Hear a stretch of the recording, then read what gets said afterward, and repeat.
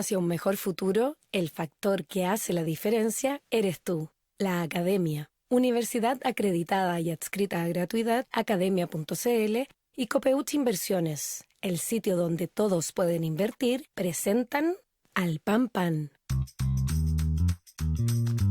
En el Mostrador Podcast, debate y conversación para comenzar tu mañana. Al Pan Pan, con Mirna Schindler. Entrevistas con los actores de hoy. El Mostrador, el poder de la independencia. ¿Cómo están ustedes? Muy buenos días. Comenzamos una nueva semana aquí en Alpampan por el mostrador.cl. Y uno de los temas que se ha instalado en estos días tiene que ver con la propuesta de un grupo de parlamentarios, tanto de la UDI como de Renovación Nacional, el Partido Socialista, el PPD y también Evópoli, respecto de una reforma constitucional al sistema político.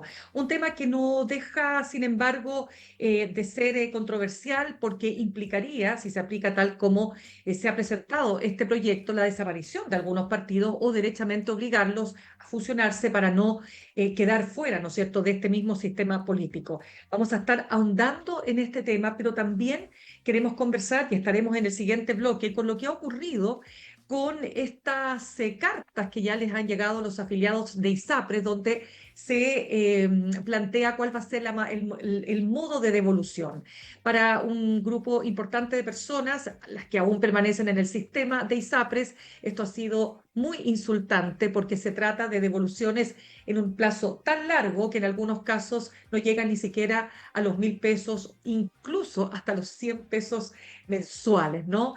¿Qué pasó aquí? ¿Era inevitable este escenario? Otros dicen, bueno, este es el costo de no haber rebajado una deuda que algunos dicen que estaba inflada, en fin, otros hablan de perdonazo, pero el hecho es que esto se ha producido en estos días y además no olvidemos que esto ha estado acompañado con un alza muy importante en los planes de las personas que aún están en el sistema. Por eso estaremos conversando en el siguiente bloque con el ex superintendente de salud, Manuel Inostroza. Pero nos vamos a concentrar entonces en este tema, la reforma al sistema político, y queremos hacerlo de la mano del diputado de Evópoli por la región metropolitana, Francisco Undurraga. Diputado, ¿cómo le va? Muy buenos días. Hola, buenos días, Mirna. Muchas gracias por la invitación a conversar. Gracias. Diputado, su partido, si el proyecto se presenta tal como está, es decir, con un umbral de un piso de 5% para ser elegido parlamentario, su partido estaría desapareciendo del sistema político. ¿Cómo ve usted esta reforma? Bueno, yo la veo con buenos ojos. Yo creo que es lo correcto. Nosotros venimos impulsando una reforma al sistema político desde nuestra presencia en el primer y segundo proceso constitucional. Primero a través de Hernán Larraín y después a través de Gloria Hood, actual presidenta del partido, en la cual, dentro de las reformas que se invitaba a la ciudadanía, estaba la del sistema político, sobre todo en el segundo proceso, donde además el comité de expertos, por unanimidad, propuso una solución a la fragmentación que hoy día estamos viviendo como partidos políticos. Efectivamente, para Evópoli es un doble, entre comillas, riesgo, porque da el rendimiento electoral que hemos tenido en las últimas elecciones, indudablemente que corremos riesgo de perder nuestra presencia en el sistema político. Pero desde la vuelta a la democracia, desde la instalación del gobierno de Patricio Aylwin en adelante, el promedio de los partidos hasta el 2014, 2016 eran de 7 partidos.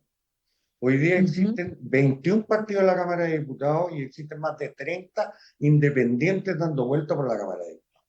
Si nosotros queremos hacer de este un mejor país, queremos que este país progrese, queremos que este país llegue a acuerdos, no solamente tenemos que declarar ampulosamente esto, sino que tenemos que tener convicciones sobre lo mismo y dejar la calculadora a un lado.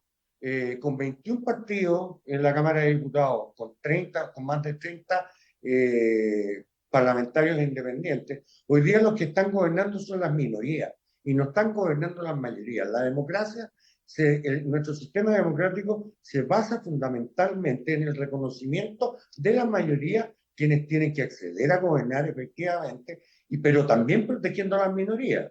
Eso no significa que quien está en el sistema y es minoría está en el descampado, bajo ningún punto de vista.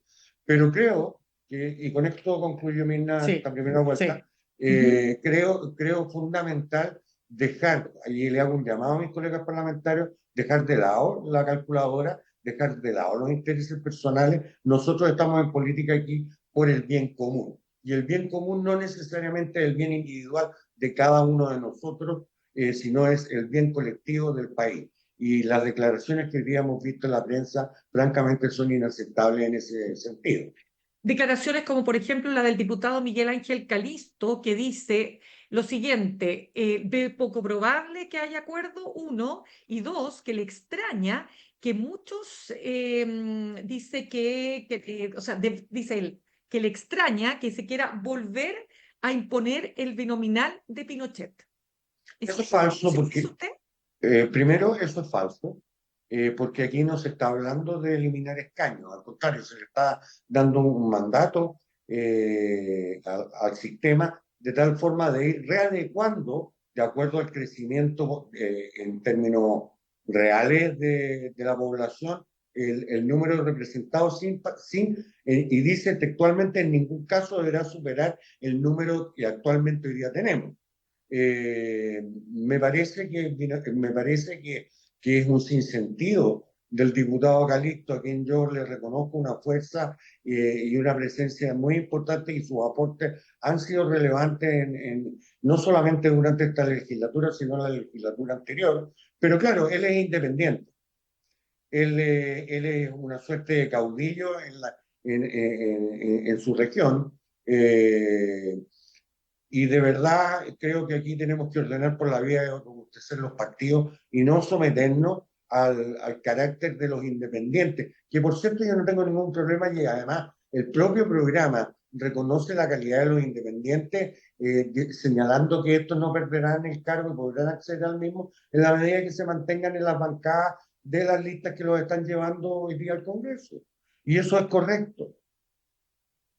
Ya, pero déjeme preguntarle lo siguiente, porque usted dice sin calculadora en mano, pero ese sin calculadora supone efectivamente que Bópoli desaparecería. ¿Qué Así es, pues. significa esto? ¿Y qué van a hacer? Bueno, nosotros primero tendremos que trabajar para que nuestras ideas al menos tengan el 5%, pues. Si nosotros no somos capaces de entusiasmar a la gente con las ideas liberales del centro derecha, significa que no tiene sentido. Si nosotros estamos en política no para tener una pyme, y con mucho respeto, yo fui empresario y tuve una pyme y muy orgulloso de la misma, pero este no es un negocio particular de cuatro gatos, pues. Esto tiene que ser capaz de aunar fuerzas de tal forma, digamos, de ser efectivamente representante, no solo en mi carácter de parlamentario por un distrito determinado, que por cierto yo ampliamente superé el 5% en mis votaciones, no solamente la vez pasada, sino la anterior también. Pero si nosotros queremos partidos, queremos trabajar en el colectivo, queremos ser capaces de transformar el país, en el caso de Bópoli, con nuestras ideas liberales, que no son solamente económicas, sino son también sociales. Bueno, si no tenemos un mínimo de adhesión, una mínima cantidad de parlamentarios para poder influir en las mismas, ¿qué sentido tiene estar? Para que Francisco Urraca tenga trabajo, yo puedo tener trabajo en cualquier otra parte. Entonces, por eso le pregunto, ¿significa que usted y su partido están disponibles para fusionarse con otro partido de Chile Vamos? Habrá que conversarlo, habrá que a lo mejor hacer una conversación que ya se hizo en el Frente Amplio, siendo absolutamente distante de la idea del Frente Amplio. Ujú. A mí me parece muy correcto el esfuerzo que está haciendo el Frente Amplio en términos de unir esos tres partidos en un solo gran partido. Creo que Chile Vamos ha actuado como coalición, pero a lo mejor sería interesante también ver la potencialidad de que en vez de tres partidos, en el caso de no tener representatividad, sean dos partidos o sea un gran partido de centro derecha, con variantes conservadoras, con variantes liberales, con variantes más reformistas, etcétera, etcétera. Pero ese ejercicio se hizo en la derecha en España, se llama PP. No veo por qué nosotros al menos no nos debemos restar a la condición de conversar esa situación, por muy bien y que bien que haya sido que le haya ido a los dos partidos más importantes del pacto. Nosotros sabemos y sabemos cuánto calzamos. El éxito de Renovación Nacional yo lo aplaudo, el éxito de la UDI en términos de adhesión, no solamente en votación, sino en cargo conquistado, también es muy alta y me parece correcto, me Ya, parece pero bien, pero claro. De acuerdo, diputado Undurraga, solo para precisar ese punto, se siente, me imagino, como partido más cercano a Renovación Nacional, ¿o me equivoco?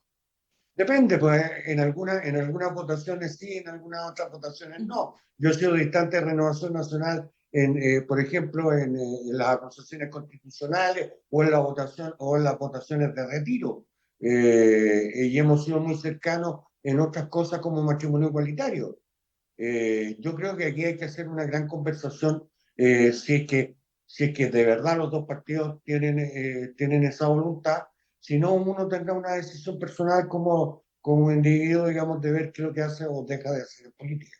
Claro, diputado, para los que nos ven y nos escuchan, ¿no? Es importante entender, porque usted dijo 2014-2016 pasamos de 7 partidos a tener 21 partidos hoy día, más 30 independientes, y todo este tema de aquellos que fueron electos por un partido, resulta que cambiaron de colectividad o armaron una nueva colectividad defraudando a sus electores, porque sus electores lo eligieron en tanto representante de un partido, no como independiente. Todo eso cambiaría. Pero ¿qué es lo que ha pasado en estos años? Porque algunos hablan de parálisis, que la falta de acuerdos ha generado una parálisis. ¿Es eso solamente lo que explicaría esta suerte de parálisis?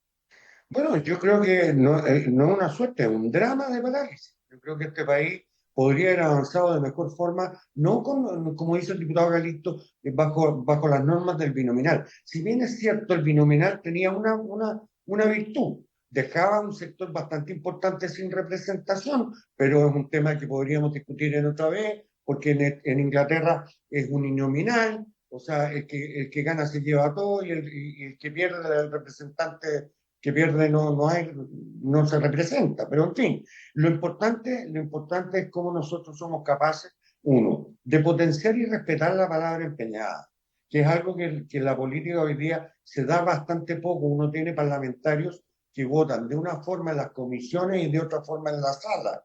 Cuando se llegan a acuerdos, por ejemplo, en la discusión de presupuestos, no solo durante este gobierno, sino durante el gobierno anterior y probablemente todas las discusiones, cuando se llega a acuerdo en una mixta donde están representados los parlamentarios, tanto diputados como senadores, y después en la sala eso no se respeta, eso precisamente porque mucha gente se va por la libre. Entonces, la claridad de cuál va a ser el sistema de pensiones que vamos a tener y cómo lo vamos a tener, no solamente se basa hoy día en que los senadores estén negociando o estén conversando con la ministra Jara, sino además se basa con la incerteza que podemos tener en términos de cómo van a ser las votaciones una vez llegados los acuerdos. Y si aquí Diputado, tenemos que, sí, dígame, termine nomás, no, termine. y si aquí tenemos que ir a buscar el modo a 30 personas en términos individuales, que es el drama que ha tenido, pregúntele usted al ministro Lizalde y a la secretaria Lobo al ministro Osa, en su momento, oye, Max Pavés, que había que ir pirquineando los votos. Entonces, aquí o estamos por convicciones de hacer de esto un mejor país, un país más estable, un país que crezca, que sea más seguro, que dé buena educación. Para eso, para todo eso, no solamente se requiere de gestión, que por cierto es lo más importante, pero adicionalmente se requiere de grandes acuerdos políticos. Entonces, Usted diría, claro, no, siga, siga. no, y si no somos capaces de poner el bien común, que es la vocación inicial y fundamental que tenemos o decimos que tenemos todos y cada uno de los que participamos en política, y sacamos la calculadora solo para ver si Francisco Undurraga se va a poder mantener en el próximo periodo, ya sea como senador o como diputado, no tiene mucho sentido. Ya, lo No que es pasa es que servicio público.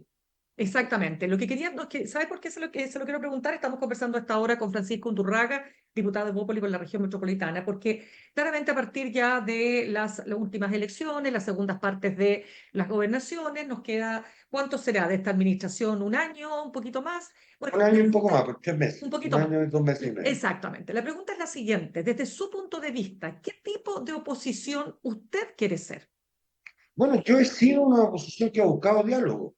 Yo he sido una oposición que ha generado puentes. Chile Vamos ha sido una oposición que evidentemente con la irrupción del Partido Republicano, con una bancada muy importante, ha generado un cierto desacomodo en términos de cómo queríamos hacer las cosas, pero finalmente hemos sido una oposición bastante responsable, una oposición que nunca ha ido a atacar al presidente de la República en términos de acusaciones constitucionales. Usted recuerde que en la legislatura pasada 2 veces quisieron desbancar al presidente de la República por la vía de acusaciones constitucionales. Sí, Somos hubo duros, una, somos duros. pero hubo una de Renovación Nacional, recuerda usted que fue bien No, eso cantinflera, fue una pues. amenaza, Minda. Eso fue una Ya, amenaza que no tuvo piso político. Y ok. además fue inconsulta.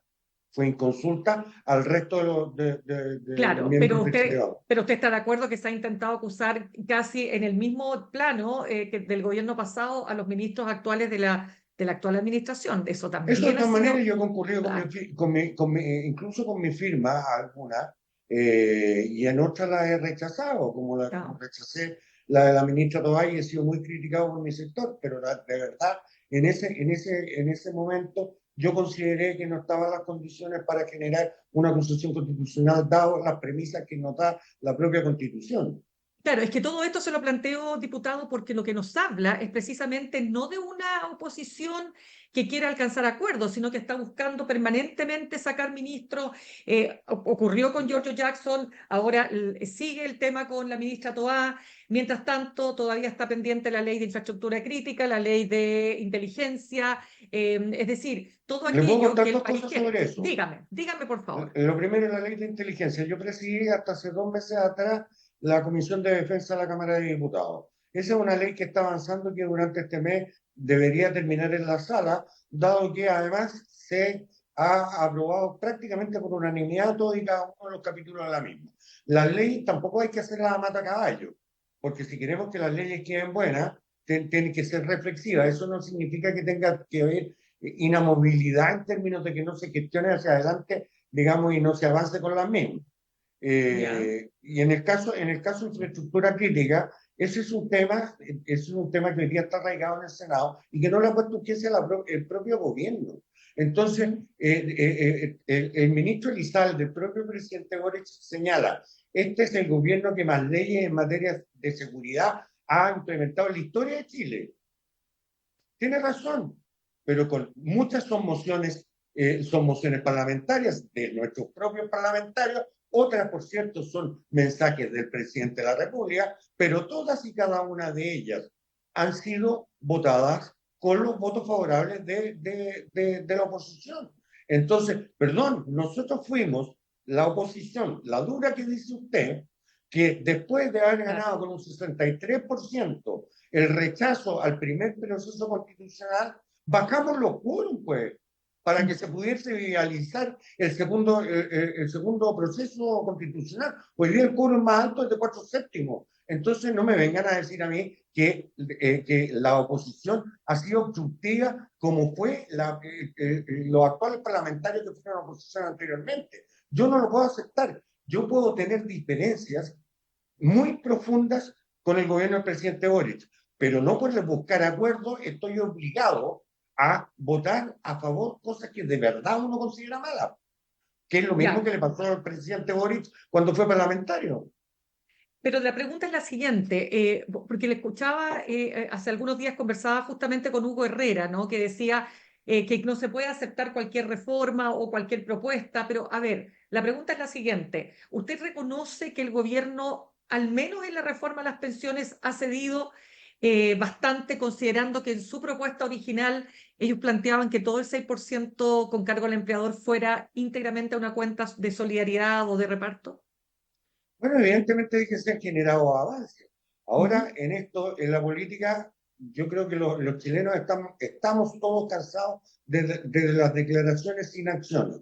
Entonces, este proceso que va a terminar aparentemente antes de fin de año, durante este mes de diciembre en el Senado, veremos cómo se vota, veremos cuáles son las indicaciones y cómo además lo votan los parlamentarios de gobierno.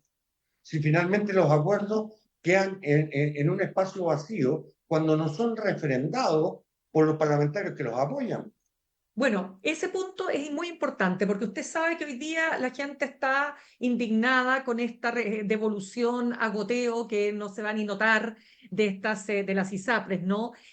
Considerando dos cosas. Uno, que fue el Parlamento el que aprobó la ley corta de ISAPRES y que esa ley corta tiene toda una serie de implicancias. Pero entre otras cosas es que los planes subieron de una manera pero estrepitosa, lo que probablemente va a generar una fuga todavía mayor del sistema de ISAPRE al sistema de FONASA, generando un estrés en el sistema público de FONASA. La pregunta es la siguiente: ¿hay alguna autocrítica que usted haga respecto de la aprobación de esta ley con todas estas consecuencias? A ver, yo nunca pensé que la ISAPRE se iban a atrever a tanto. ¿A qué se Yo, refiere? yo creo que lo que han hecho a raíz del chasis de la ley, que era efectivamente para equilibrar, salvar entre comillas, no a las empresas, sino a la industria de la seguridad en salud privada, no a cada una de las mismas. Eh, Ellos se han pasado varios pueblos en cómo han resuelto todo este tema. Seguramente usted, por cierto yo, recibimos la carta la semana pasada a través de un mail. A mí me dijeron que me debían una cantidad indeterminada, que es una cifra, pero yo no entiendo todavía por qué es esa cifra, si esa cifra es correcta o no es correcta, quién la avisó, quién dijo, es enteramente arbitraria. Le fijaron, nosotros dimos un plazo de hasta 13 años, nos dimos un plazo de 13 años. En mi caso me van a Correcto. devolver 5.000 pesos mensuales. Hay casos que van a devolver 100 pesos mensuales por 13 años. Eso es una vergüenza. Eso es reírse de la ciudadanía, es reírse de la gente. Entonces, después que no vengan a llorar, si efectivamente, digamos, la gente no los prefiere en economía de mercado, bueno, las ofertas no solamente sean por servicios, sean por precio y por transparencia, sobre todo en un tema tan delicado como la salud, y ellos verán, digamos, si esta industria se está autosaboteando, que es lo que yo creo que está pasando. Nosotros fuimos a tratar de resolver por la vía de la ley una muy mal dictamen de la Corte Suprema, que yo considero que en su momento nosotros como parlamentarios debiésemos haber ido a alegar al menos competencia, porque fue una legislación lo que se hizo a través de ese tribunal, más allá de resolver un conflicto interpretando la ley. Entonces, esto viene bastante enredado desde siempre. Pero dicho lo anterior, y afirmándome en lo que he dicho en relación a la ISAPRE, condeno absolutamente la actitud que las ISAPRE han tenido para con todos sus afiliados durante la semana pasada. Creo que no es, no es lo que corresponde, no es el espíritu de la ley. El espíritu de la ley era que convivieran tanto los usuarios de la ISAPRE con las propias ISAPRE, no solamente por el hecho que se vaya a tochar FONASA, sino que adicionalmente porque finalmente FONASA es un seguro y se podría inventar un seguro por parte de FONASA que dé las prestaciones que hoy día da un privado. Pero aquí lo importante es uno, darle claridad y para eso la superintendencia tendrá que revisar que la suma de los pichintunes que dicen las ISAPRES de vernos a todos y cada uno de nosotros, dan los 1.200 millones de dólares. Yo no tengo claridad que la suma de lo que nos escribieron de 1.200 millones de dólares. ¿Qué sé yo si da 400 millones de dólares? ¿Qué me Es que, garantiza que la deuda que ellos me ah, dicen es la que existe? claro, lo que ocurre, diputado Undurraga, es que muchos dicen, pero esta es la ley que votó el Congreso, pues con los votos de la oposición. Si este es un proyecto naturalmente mandado por el gobierno, ¿cuánto costó? Y todo esto era porque había que salvar el sistema, porque si no era un perdonazo, por un lado el perdonazo, pero por otro lado había que salvar el sistema. Y al final, mire cómo termina esta historia, ¿no? Con estos pichintunes que dice usted, pero con un alza importantísima. Pero si le digo, es una alza muy importante de cada uno de los usuarios que hoy día están en el sistema, de sus Estoy de planes de acuerdo con salud. usted. ¿Ya? Ahora bien, también nosotros tenemos que hacer un mea culpa como ciudadanos, y desde luego desde el Ejecutivo y también desde el Legislativo, no solamente en cómo está la ley, que probablemente uno no se puede imaginar que un subsecretario va a salir a violar, en teoría, digamos, a una asistente, ¿no? Entonces, ¿por qué no está en la ley tipificado eso? ¿Me entiendes? Y aquí lo que nosotros hicimos es, señor, las personas que tienen más de 80 años se les paga de una forma. Señor, las personas que tienen más de 65 años y hasta 80 se les paga de otra forma y el resto se les paga de una tercera forma. Nosotros creímos también, y yo cuando concurrí a votar en forma positiva a esto, no estaba solamente salvando un sistema privado, sino adicionalmente creía que era de justicia que se le devolviera el dinero que se le tenía que devolver por la vía de los excedentes a cada uno de los afiliados que así cometiera. Si a mí la carta me hubiera dicho, señor, yo a usted le he entregado todo y no le debo dinero, no tengo cómo probar que eso es así o no es así. Entonces, pero la transparencia en este caso no solamente la da la ley, sino la da la voluntad de la persona que quiere generar confianza, pues. Si yo vendo pan y ese pan dice que tiene un trigo determinado, bueno, tendrá que tener el trigo y uno tendrá que ser capaz de probar que ese trigo es el trigo que tiene el pan, pues. En este caso puntual, digamos, ha sido todo turbio, pero por el lado de la industria, no por el lado nuestro. Nosotros dimos las herramientas para que se encontraran los afiliados con su ISAPRE y pudiésemos seguir hacia adelante en el tema. No me imaginé nunca que iban a ser capaces de pagarle 100 pesos a una persona todos los meses durante 13 años. Eso va contra todos los límites.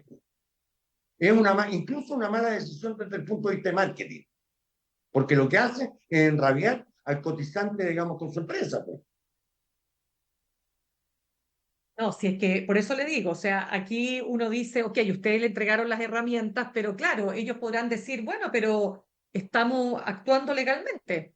No, por supuesto, pero después que no aleguen y que no vayan al Congreso a pedir una nueva ley, si efectivamente, digamos, las personas en atención a un concepto claro de administración, que se llama servicio al cliente. Si están otorgando un mal servicio al cliente, bueno, el cliente los castigará, pues. Vamos a ver cómo sigue eso. Diputado, se nos va acabando el tiempo, diputado Francisco Undurraga, pero quiero preguntarle por otro tema. A ver, ¿usted es partidario de que haya una primaria para su sector donde se elija efectivamente a la o el candidato presidencial? Y lo segundo, una lista única con republicanos A ver, para las parlamentarias. Para las en, parlamentarias. en materia de la segunda parte, que es la más Sí, corta, no dale. hay ni una posibilidad, y no solamente por voluntad de Chile Vamos, sino también por voluntad de republicanos. Arturo Esquilla, presidente republicano, ha señalado, y el mismo José Antonio Castro han señalado, que tienen un proyecto propio que no les interesa ir en lista unitaria con Chile Vamos. Entonces, uno no está obligado a lo imposible, así uno quisiera o no quisiera, uno no está obligado a lo imposible. Yo efectivamente coincido con Arturo Esquilla que los proyectos republicanos y los de Chile Vamos en su conjunto son distintos, son distintos. Ahora bien, eso la responsabilidad de la no unión no va a pasar por Chile Vamos, sino que ya pasó por la voluntad republicana. Ya, lo que pasa es que se lo Nosotros tenemos pregunto que, porque, perdón, se ha hecho mucho énfasis en que podría haber tenido un mejor desempeño aún Chile Vamos si hubiesen ido en lista, digamos, la derecha en su conjunto, si hubiesen tenido lista única en las pasadas elecciones. pero eso es indudable, Romina. Si usted cuenta los votos de los candidatos a alcalde, por ejemplo, en Recoleta, Ujú. que eran claramente de oposición al alcalde Jadwe, daban un 60%, pues. Entonces es inexplicable para el votante de centro derecha y de derecha de Recoleta o de Peñalolén que se hayan perdido esas comunas y muchas otras en este país, digamos, precisamente por los gustos personales, que se dieron muchos independientes, gente que fue ni siquiera por el Partido Republicano, que fue por otras asociaciones o partidos, digamos, representando sin el valor de la construcción, digamos, de un proyecto hacia adelante. Bueno, pero esa es la democracia, estamos hablando de representatividad y nosotros tenemos que ser responsables. Yo no voy a justificar nunca el discolaje como un método válido de hacer política, no creo en eso. Pero eso ya está ya. O sea, el dato duro es que republicanos no les interesa la unidad con Chile Vamos, lo que le interesa es llevar a José Antonio Casta a primera vuelta, lo que le Bueno, interesa, ya lo ha dicho. y lo ha Claro. dicho. En segundo Exacto. lugar, yo no Eso, le la tengo, primaria. a ver, perdón, Evópoli desde que nació le compitió siempre a candidatos más fuertes que los candidatos que nosotros teníamos. Ujú. O sea, Felipe Cas fue contra el presidente Piñera, Ignacio Briones fue contra Sichel, que después lamentablemente perdió, y contra Joaquín Lavín. Yo creo que las primarias son una oportunidad no solamente de una exhibición, sino además de un diálogo, de una construcción, de una discusión positiva al interior de un conglomerado. En las primarias salió la necesidad de poner los niños primero en la fila. De las primarias salió la conversación de matrimonio igualitario, por ejemplo. Las primarias son un ejercicio político que puede enriquecer al sector y que hace que el sector escuche a sus votantes. Yo no le tengo miedo a la competencia. Creo que la centro derecha nunca ha sido, entre comillas, proteccionista en materia de competencia. Si es que si se determina ir a primaria, nosotros vamos a ir a primaria. O ¿Pero qué vamos a significa? adherir a alguno de los candidatos. Ya, ¿adherir o presentar un candidato propio? Eso se verá de acuerdo a la dinámica interna de cada uno de los partidos políticos. Hoy día claramente Evelyn Matei es la persona que más adhesión genera. El punto aquí de discusión, y que yo lo he venido repitiendo hace mucho tiempo, no solamente es Evelyn Matei en tanto y cuanto, digamos, la gente adhiere a ella, sino es qué va a hacer si le vamos la UDI, Renovación Nacional y Evópolis, para proteger esa posibilidad real, en apariencia, hoy día, para llegar a la moneda. Pero llegar a la moneda, ¿para qué?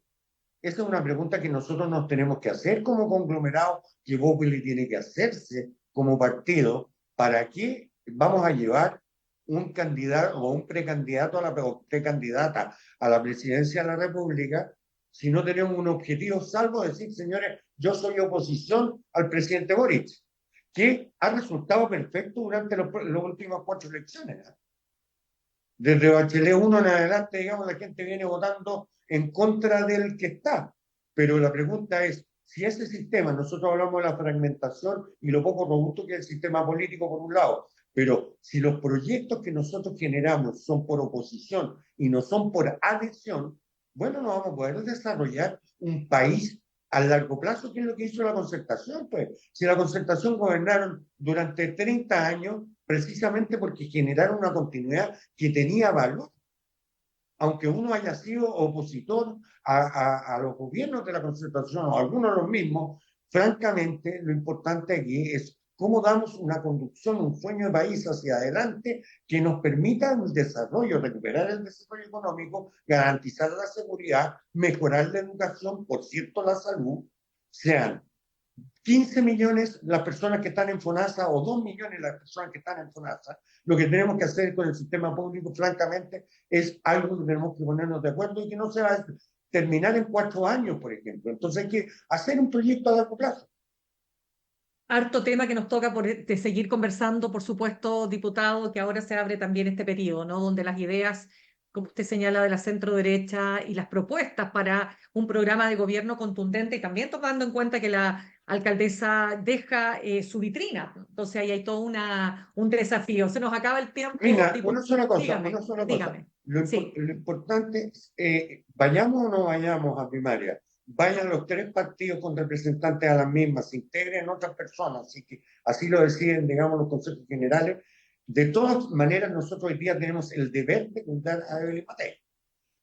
No porque no sea militante de mi partido y esté más identificado con otro partido, nosotros tenemos que, digamos, desperdiciar ese tremendo potencial, ese tremendo arrojo y además generosidad de ponerse a disposición no solamente del país, sino además también de la oposición.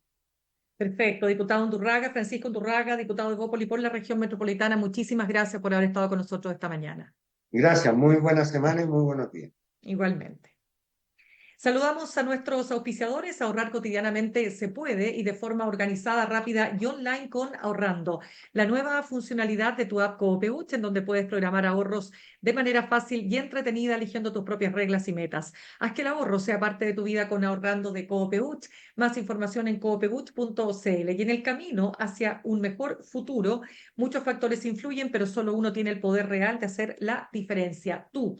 Recorre tu camino con nosotros, la Academia, Universidad Acreditada y Adscrita a Gratuidad, academia.cl. Nos vamos al corte y al regreso nos metemos de lleno en esta indignación que ha generado entre los usuarios de ISAPRE esta devolución, que en algunos casos se expresa en 100 pesos mensuales en el plazo de 13 años. Estaremos conversando con el ex superintendente de salud y académico del Instituto de Salud Pública de la Universidad Andrés Bello, Manuel Inostroza. Ya volvemos. En instantes, una nueva entrevista en Al Pan Pan con Mirna Schindler por El Mostrador Podcast, el poder de la transparencia.